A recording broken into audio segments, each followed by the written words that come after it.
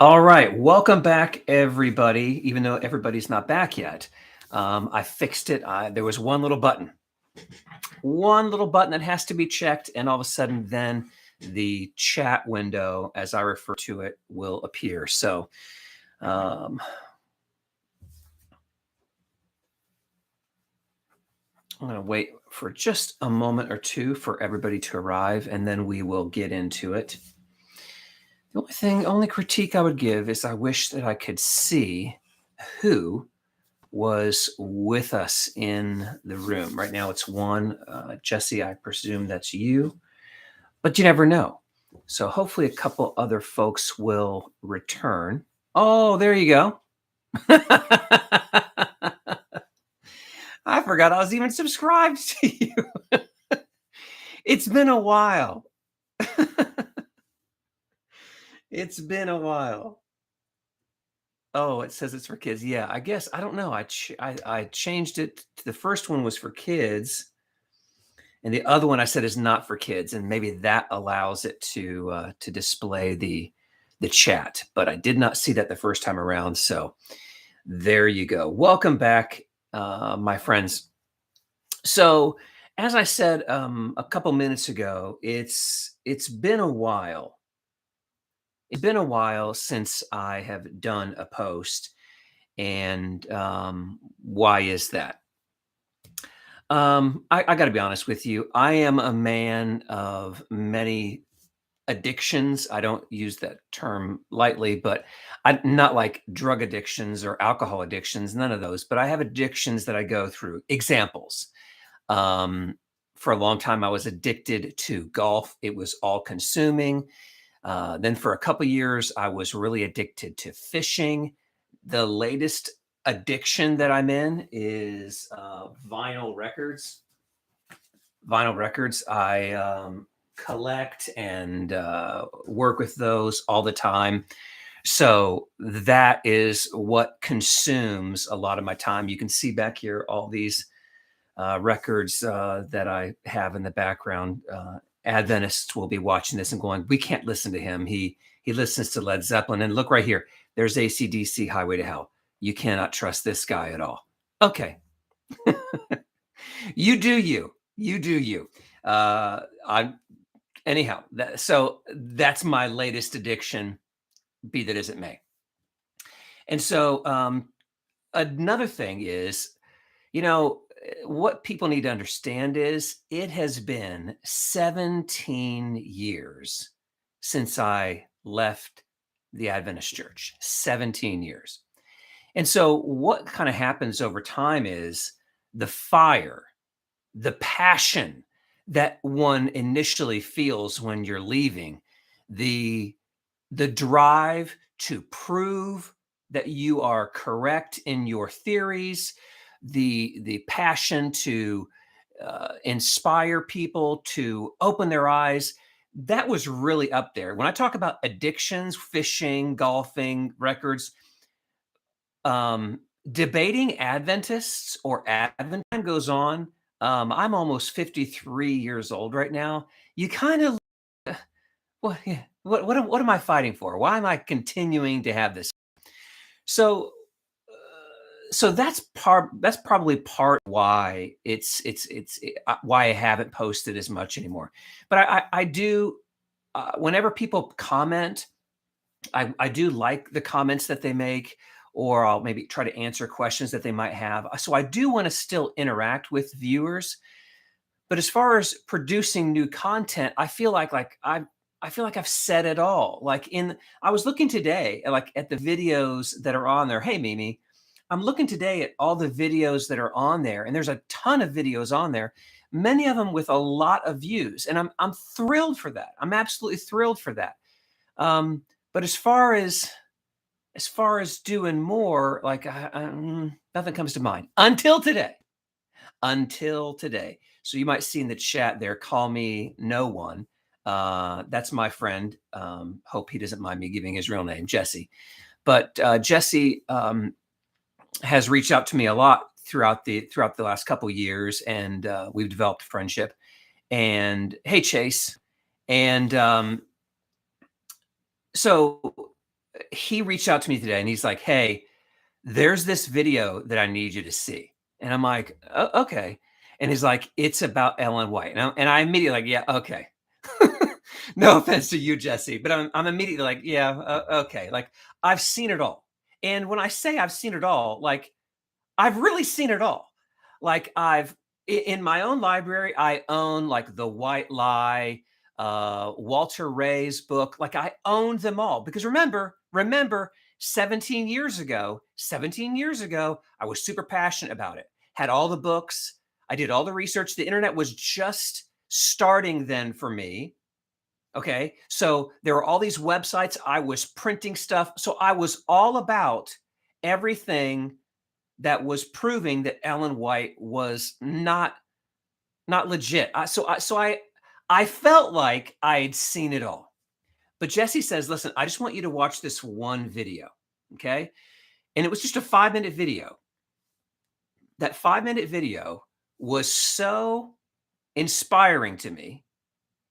It was so well done that the remaining 4 I watched today. Throughout the day, I've watched them. I watched it. So it's basically, I think, if I'm not mistaken, it's a 5-part series, and it's called Test the Prophet. That's the name of the page. The name of the page that I really recommend you go and seek out is called Test the Prophet. And Jesse, may I ask a favor? If you could, maybe in another window, open up like the URL to video number 1 and post that in the chat so anybody else could easily get to that when we're done. I would love it. Yes. Let me just tell you a couple things. Thank you so much. Let me just tell you a couple things of why this video is so important. One, I have no idea. I have no idea who is behind the video. Now, initially, like, ooh, and Jesse and I even talked about that. Like who's doing this? Like, is this former Adventist.com? Is this Dale Ratzlaff? Like, who's doing this? Because I cannot tell you who it is. I can tell you it's not me. I have nothing to do with that site. And that's not to say there's anything wrong with it. It's great. But my initial thought was like, well, who's behind this? The second thing is, it is very well done. It is very well done. What the series attempts to do, and I feel they absolutely do that, is they go through. You hear people talk about her plagiarizing all the time. And if you ever read the book like The White Lie and those other ones, they'll talk about, well, she took this section from this book, and the first 4 chapters of the first 4 chapters of like Patriarchs and Prophets or something like that is 95% from blah, blah, blah, blah, blah. You've heard that all the time. This video on your screen will present you old copies of Mrs. White's books. And then on the other side of the screen, the book that she actually took it from. So you are actually seeing it with your own eyes. And as if that's not enough, then they start highlighting. Here's what she says. Here's where it comes from the book. And so you can see this stuff. The person behind this, whose name I have no idea, does such a great job of in these 5 videos breaking down what is plagiarism, how was plagiarism understood at the time that Mrs. White was writing it, how did the Adventist Church, how did other Adventist leaders understand plagiarism at the time of her writings. That's one whole video. So what was the law? What do we think some of her intentions were? It is just amazing. And there were a couple of moments throughout this video, or throughout the 4 or 5 videos, that my jaw was just dropped. My jaw was just absolutely dropped because of, again, not because I'm shocked that she's plagiarizing, but because of the way this guy presents it. I'm not even going to steal it from you. I'm not even going to steal the thunder. I feel in a rather clear, and non-confrontational. He's very much unlike me. Not excited, doesn't get angry, doesn't call names. He doesn't do any things I do. He's very calm, cool, and collected. But he breaks it down, and and what I'm going to tell you right now is he makes it very, very clear why Ellen White, um, what her motive was. And I think in another way, it would make you, if you're a former Adventist, you could understand why the Adventist Church to this day will still not say, well, they will still not denounce her as a false prophet. I think that as he closes up the series, it will become very clear to you precisely why they still hold her up and why they can never, why as a church, why they can never say she was a false prophet, why they go to ridiculous lengths to defend her. You will see why. I believe, at least that's what I was getting from it. I was interested enough that this evening, while I was sitting down 15, 20 minutes ago, I was looking through some of the comments of some of the videos, and it was overwhelmingly positive from former Adventists, even some current Adventists. That was excellent. Then, of course, there were those detractors that come in. You've seen them even during our live sessions where they come in and they want to start dropping their nonsense. So those comments are always going to come. But the one that was really the most interesting was it looks like I don't know if it is a former Adventist like podcaster, but they reached out and they said, we'd love to interview. Can I interview on my podcast? And whoever he is, his answer was, I'm not ready for that. This guy's site has been up for about a year.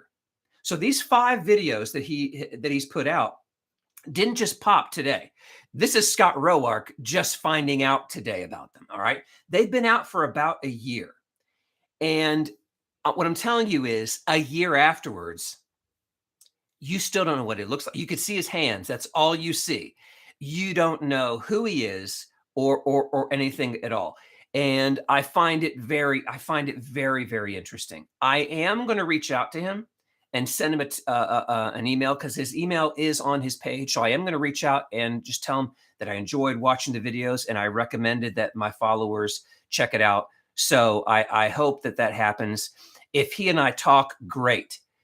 If not, okay, that's perfectly fine. But I just got to tell you, this series it is great. It really is great. And I'd love to hear from you later. If you guys watch it, I'd love to hear your thoughts. Please be sure, and if you like it, be sure and give him lots of likes and positive comments. I've really been thinking today about what I can do to further promote this. This is a simple one. To come on here and do a live video and tell you guys about it, that's a simple one. But I feel like there's more I could do. As we've talked in here before, I still have a lot of Adventist friends, Adventist family, diehard Adventist family. And I'm really torn on, do I throw it out to them?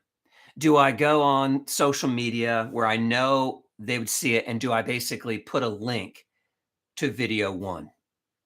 Do I put a little blurb saying, hey, 17 years since I left the Adventist Church, and I'm telling you right now, all hell would break loose. I just, and I was talking to Jesse about this today. You can't get your hopes up. As passionate as you can see that I am about these videos, okay? As passionate as I am, I have to remind myself, when Jesus said, let those who have eyes, let those who have ears hear, let those who have eyes see, until the person is fully ready, you can show them any truth at all. It will not matter. And this video series is no different. It speaks to me. It may speak to you, but to a person whose eyes are still closed and their heart is rock hard to it. But then there's this other part of my heart that says, yeah, but the parable of the sower just threw the seed. The parable of the sower says he didn't take it and go, okay, I'm only going to drop it here on the good soil. He threw it everywhere. So maybe that's the answer. Maybe that's the answer that, I just got to throw it out there. But what if they don't like me? What if they unfriend me? What if they unfriend me on social media? What will I do then? Yeah, I think I'll be all right. So, all right. Well, that was really what I wanted to share with you guys tonight. So, I don't. I have nothing planned other than I did go downstairs into my former Adventist library, and one person that they talk about what that he the author behind this series when he talks about is this book and this man right here, D.M. Cartwright. Um, Cartwright played a significant role um, in Mrs. White and her response to plagiarism because he was one of the first people in around 1888. I think it was around 1888 that he left the Adventist church, left James and Mrs. White, and wrote this book. And that had a direct effect on how she wrote, at least for a little while. So I found that very interesting to kind of see that come full circle. So with that being said, here's what I'm going to do. I'm going to kind of open the floor to see if anybody has any comments or any questions, anything you would like to talk about, anything you're interested in. Feel free to drop it on me. I have nothing really else to do. So yeah, actually thinking, I'm going to go have supper, then go right ahead. But I did want to at least kind of open the floor. If anybody has any questions or comments or concerns, I'd be happy to answer or speak to them at this time. So I'll let you give you a moment there. We're up to 11 people. Nice of you guys to pop in here and hang out with me for a little bit tonight. It has been a while. What were a couple of the points that hit me? I'll tell you. Oh, I hate to do it. I hate to tell you the most powerful point that hit me. But I'm going to tell you. I'm going to tell you anyway, and hopefully it will still hit you. Okay. I don't think there's many former Adventists, especially, that have not at some time talked to an Adventist about her plagiarism. And you'll often hear things like, well, plagiarism didn't exist then, or it wasn't against the law, or she was a literary borrower, or it was the common thing to do at the time. You've heard all this kind of garbage defense for her doing that. Okay. Could not believe what he showed today. He showed a copy of a March 4th, 1886. That's March 4th, 1886 sign of the Times magazine. And in this article, the editor at the time was E.G. Waggoner. And E.G. Waggoner wrote, listen to me, he wrote an article in there about plagiarism. And he wrote this whole thing about plagiarism and exactly what it was, how it's taking somebody else's writings and not giving them credit for it and pretending that it's your own and not to do it. And he equated it to breaking the commandment, thou shalt not steal. And this was not like a little two paragraph or two sentence thing. It was a long paragraph. It was a long little article going on about plagiarism. And he basically says, do not plagiarize. Okay. That was in March 4th, 1886. Ready for it? The Great Controversy was released in 1987. Patriarchs and Prophets, 4 to 6 years later. Steps of Christ later. Desire of Ages later. All of these books, heavily plagiarized, were all written after editor of the Sign of the Times knew and expressed to all the readers that plagiarizing was absolutely wrong and was equal to thou shalt not steal. So do not try and tell me that it was commonplace at the time, because that is an utter lie. And it's not only lying to me, you're lying to yourself. You're lying to yourself because you so want to hold her up. And by saying it, because he didn't want nobody taking, yes, he didn't want anybody taking from their publication. Whatever you do, don't take from us. Her, it's all good. So that was probably one of the most powerful points in the whole thing. It gets even better. I think the fifth one, the last one, is probably the most powerful. So be sure and watch that. I think it's probably the best one. So again, I'm still here to open up for questions or comments. I think so, and I'm just going to talk a little bit if you guys are posing a question. Yeah, I was saying a moment ago, it was 17 years ago is when I left the Adventist church, and the internet was still very new. You're like, how new was it? It was so new. There was no Wi-Fi. What do you mean? There was no Wi-Fi. Like, I remember in the home we lived in at that time, we had in our kitchen, we had this little desk that we had built, and I had my computer there, and I had to get like a landline or a network cable to go from there into like a router somewhere in the house. Okay, there was the internet, and the sites that were there were so limited. Okay, and all I was thinking about today was how how can the Seventh Day Adventist Church survive when there are so many resources that are available? And the only answer, I guess, is that the devil's just propping it up. That he's just propping it up, and he has them so blinded. And I think about some of my family and my friends that are so staunch Adventist, um, that there's just no way getting through it. Like, she did this stuff. Mrs. White did this stuff, and just it's so diabolical. It's so evil that she basically starts writing out, and there's going to be people who start sowing seeds of doubt about my writings and the inspiration, and she just sets it up that God forbid you question me. I'm unquestionable because this is all from God. And if you even question if it is from God, well, you and she also goes in there a great deal, because you'll also hear Adventists tell you, oh, this is another great one. You'll also hear Adventists tell you things like this. Well, there's her inspired writings, and then there's her opinion. She makes it very clear. There's no opinion. It's all inspired by God. And she tells them up there in Battle Creek, you guys are getting in the habit of saying some stuff like, well, that's just my opinion. Oh, you're sorely mistaken, is what she tells them. And the Adventist church, the Adventists to this day, to kind of ease that tension, they fall back on this. Well, there's her inspired writings, and there's opinion. Did she feel that way?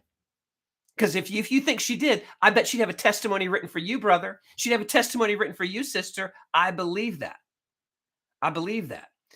They will say Paul quoted from text not in the Bible to justify her plagiarism, and how can it be inspired?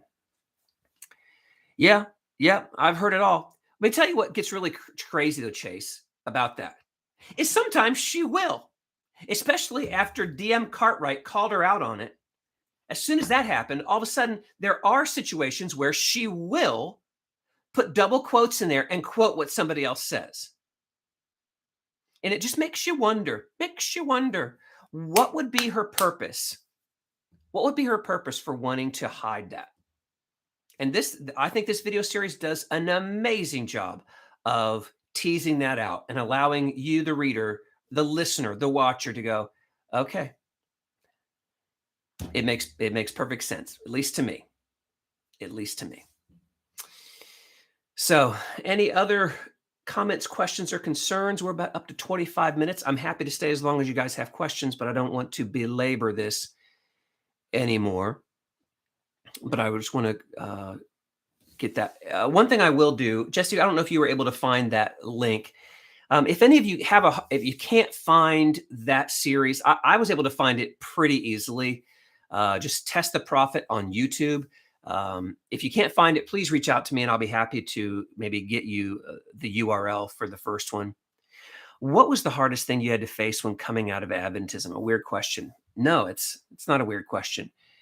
Um, you shared it, but you don't know if you could see it. Okay, yeah, I didn't see it in there. Maybe it did pop up, but um, Emerald Venom, what was the hardest thing you had to face coming out of Adventism? Well, there's a lot of answers pop up in my head when I think about that. Um, and I've said this in here before, and it still remains true.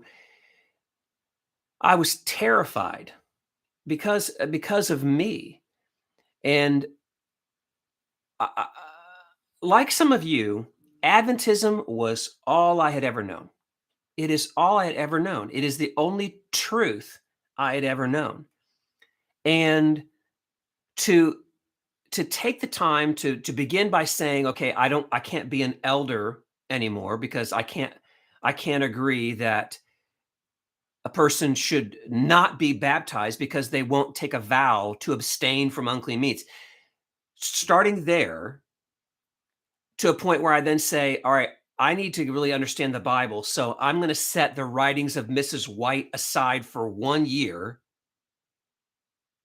so that I can just go to the Bible and allow the Holy Spirit to interpret it for me. I went from leaving as an elder to that point to getting to a point where I'm questioning, which I never thought I would do, questioning the Sabbath. Is the Sabbath really obligated? Is that still like something I'm obligated to do? Am I committing a sin because I eat pork, or am I committing a sin because I watch football on a Saturday?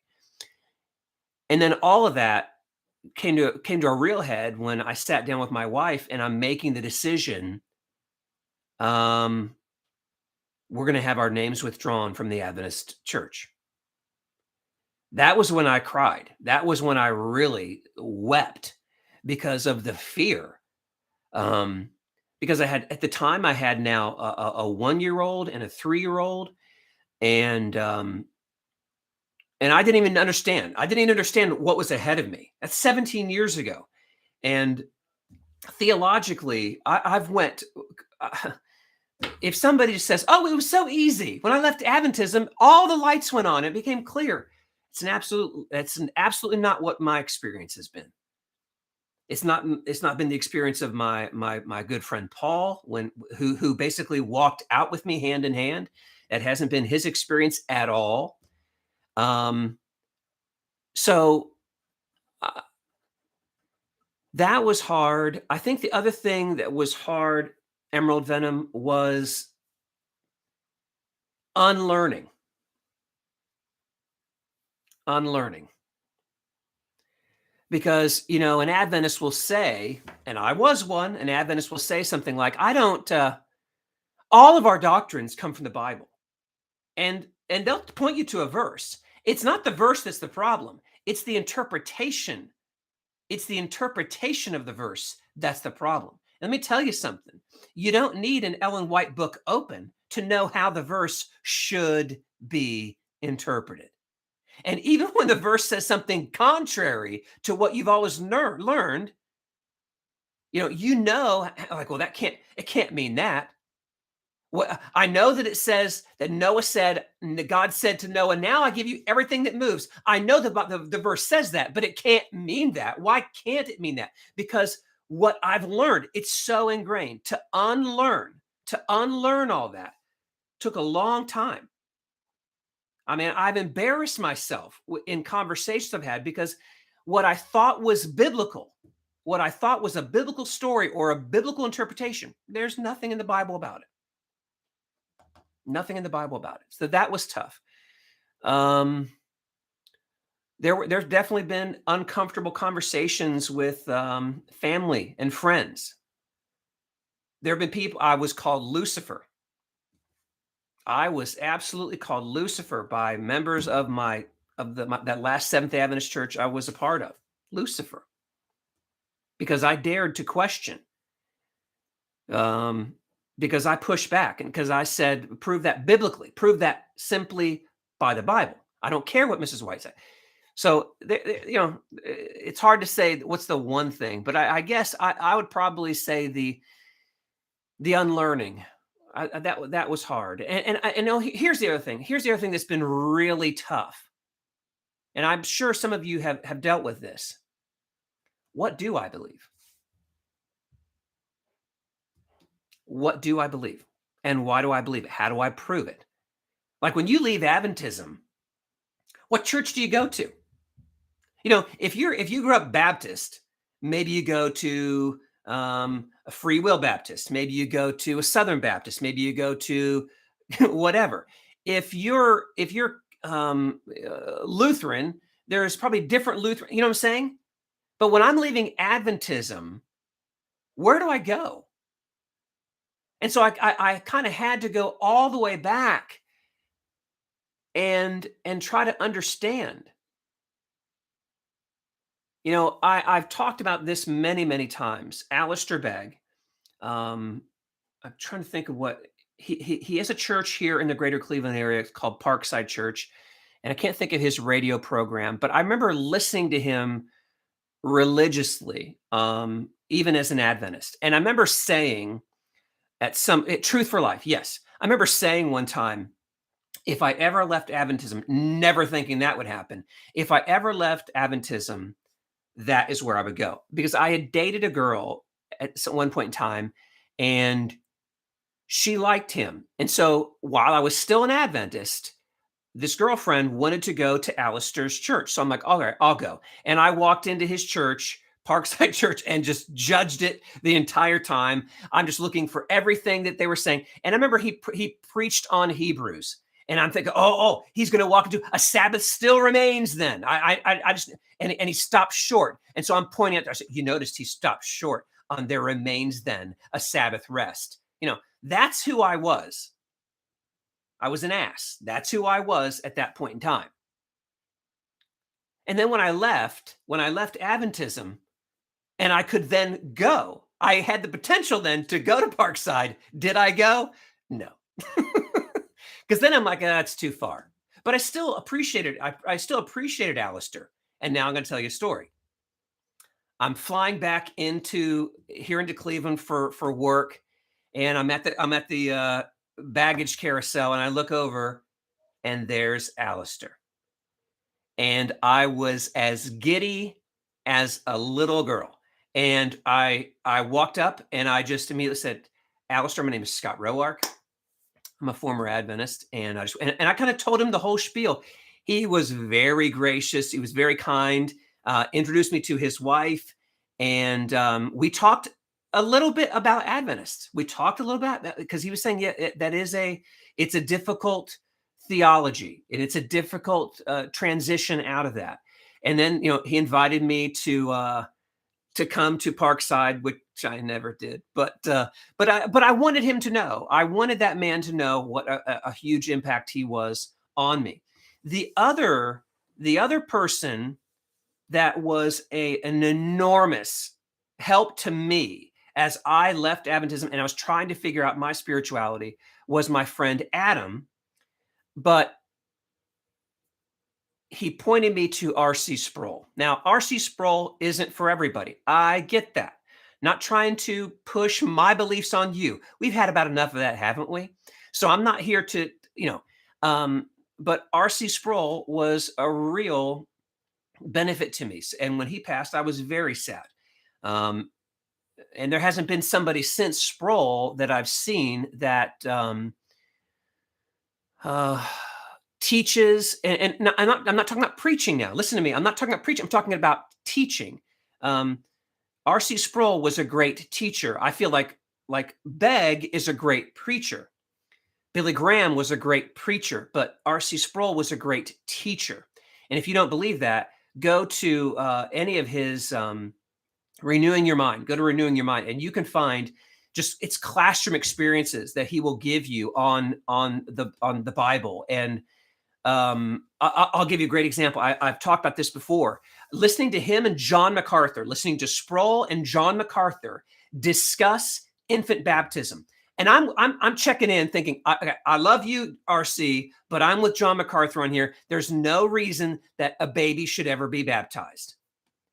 When that conversation was over, everything was turned on its side. R.C. Sproul says this thing. He says, remind me again, basically. R.C. Sproul, remind me again, when was a Jewish baby supposed to be circumcised? 8 days old. Think about that for a second. We're against baptizing babies. Why? Well, because we can't find an example of it in the Bible.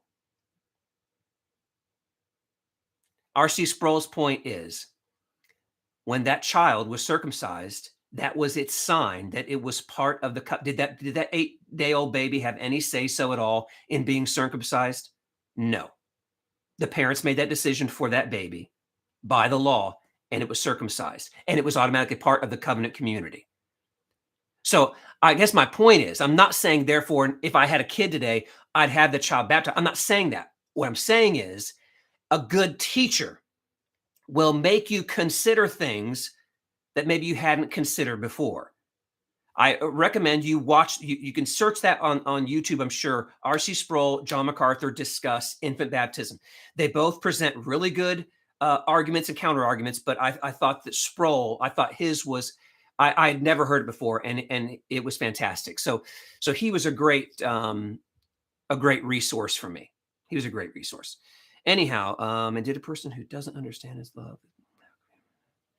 Seeing some notes here. It's funny because I never found the Sabbath restful and so much to do. The first time I stopped resting on the Sabbath was an emotional wreck. Oh, first time I ate bacon.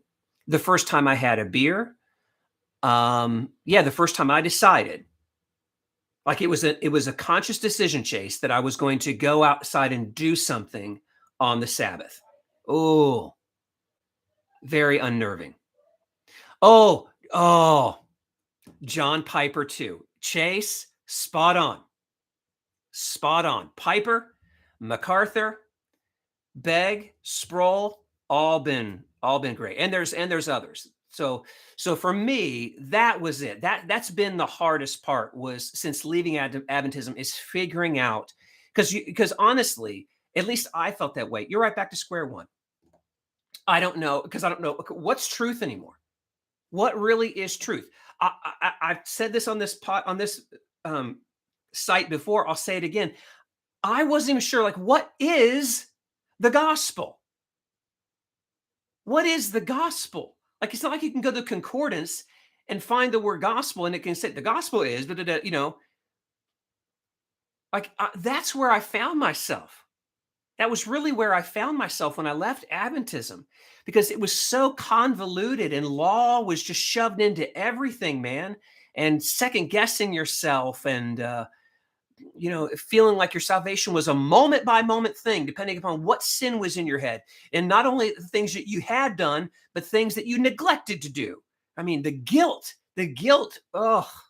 unbearable. So, yeah. So lots of stuff to work through and lots of stuff to figure out. So that's a long answer, Emerald Venom, but yeah, absolutely. And would you believe if I said I'm still seeking? I hope that doesn't rankle anybody, but I'm not saying today that I have all the answers. I can tell you why I think Adventism is wrong. I can give you that list. I can argue why their interpretations are faulty, but I'm not saying I have all the answers for you.